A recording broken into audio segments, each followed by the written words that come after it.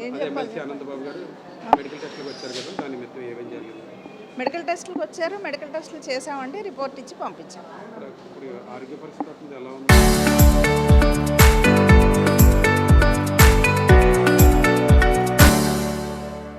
అది అంతా కూడా మేము రిపోర్ట్‌లో రాసామండి. అది బయటకు చెప్పడానికి అవ్వదు. అదంతా రిపోర్ట్‌లో రాసాం. హెల్త్ ఇష్యూస్‌గా ఉన్నాయనేసి మాకు రిఫర్ చేశారు రాజమండ్రి నుంచి. దానికి మేము తగిన పరీక్షలు చేసి రిపోర్ట్ రాసి రిపోర్ట్‌తో సహా పంపించాం. సరే. ఏం అదే చెప్పాలి? మత్స్య అనంతబాబు గారు మెడికల్ టెస్ట్‌లకి వచ్చారు కదా! దాని నిమిత్తం ఏమేం జరిగింది? మెడికల్ టెస్టులకు వచ్చారు. మెడికల్ టెస్టులు చేసామంటే రిపోర్ట్ ఇచ్చి పంపించాం. ఇప్పుడు ఆరోగ్య పరిస్థితి అతనిది ఎలా ఉందండి? అది అంతా కూడా మేము రిపోర్ట్‌లో రాసామండి. అది బయటకు చెప్పడానికి అవ్వదు. అదంతా రిపోర్ట్‌లో రాసాం. హెల్త్ ఇష్యూస్‌గా ఉన్నాయనేసి మాకు రిఫర్ చేశారు రాజమండ్రి నుంచి. దానికి మేము తగిన పరీక్షలు చేసి రిపోర్ట్ రాసి రిపోర్ట్‌తో సహా పంపించాం.